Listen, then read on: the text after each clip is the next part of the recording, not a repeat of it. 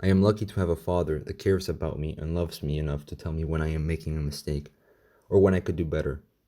It is my job to not have him tell me where I can improve. I should be all over that. It is okay if he tells you how you can improve on something you thought you had under control, but under no circumstance is it okay for you to understand your weakness, know where and how you can improve, but you just don't do it.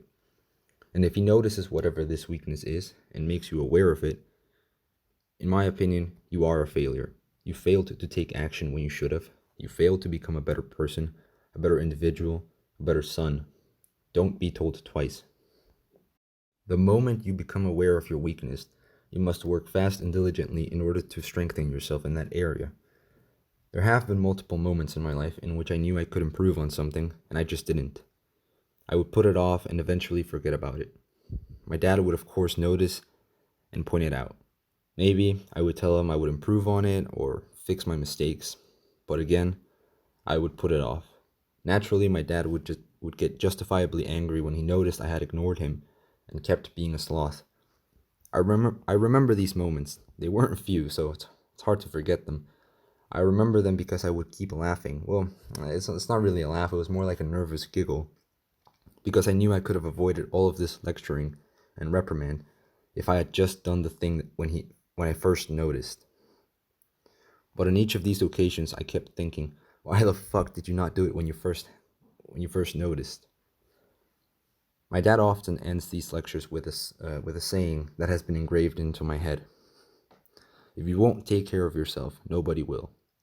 Now, I'm in a point in my life where both of my parents are still alive and can provide for me, but I'm slowly realizing how alone you actually are in the real world. It kind of scares me knowing that besides my parents, no one is really there to look out for me.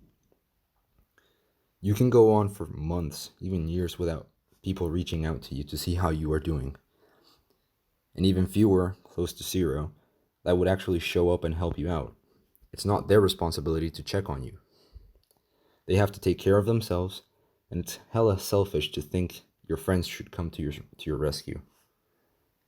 It really is up to you to notice where and how you can improve. It's up to you to make beautiful choices for yourself. It's up to you to educate yourself in the areas of life in which you want to succeed. Maybe you are lucky, like me, and have a dad that will call you on your bullshit, but often you can just do it by yourself. We all know how we can improve on anything.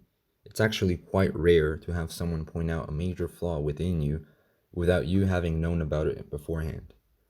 Your thoughts and opinions should be enough for yourself to convince you that you need to do something. Needing the approval of someone else just makes you dependent on them, and we all know that's not good. I think that being told twice is how we die as individuals, because it means we've stopped valuing ourselves and are willing to live with destructive habits. Am I being melodramatic? Yeah, maybe. I mean, what if you forget about something? Yeah, I guess. But in life, you're either progressing, regressing, or stalling. And I see these last two as the same thing, essentially. If you're stalling, you are likely to make a mistake, mess something up, and regress into old habits. So essentially, either you progress or you regress. Being told twice is a signal that you aren't pushing yourself, a sign of regression.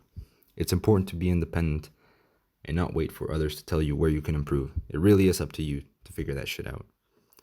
At the end of the day, the only one you have is yourself. So listen to yourself. He's willing to destroy you, but he's also willing to save you.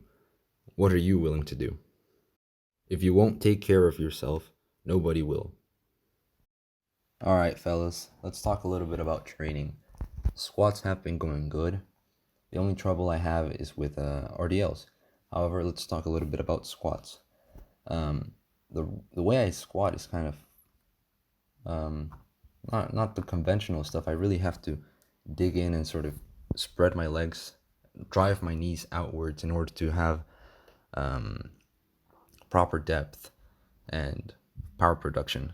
Otherwise, I end up having butt wink, which I still have sometimes, and that's when I realize that my form has degraded. But uh, butt wink actually is it's a funny thing because most people say it's dangerous because it will injure you and it will cause pain. But in my case, it never has. It's never caused any pain.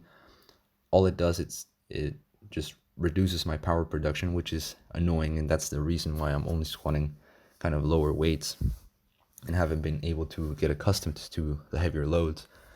But essentially, that's kind of the reason why I don't squat heavy, because of the fucking butt wink, which I'm trying to solve constantly. But that's kind of the technique I have to employ, just drive the knees outward, which is kind of why I can squat heavier on the hack squat, not because of the stabilization component of the machine, but mainly because you can really, well, it's also part of it, but mainly because you can really establish yourself in the platform, really dig in and just fucking move the knees outward and just play with your technique there and push the quads to their limit, which is why I love the hack squat.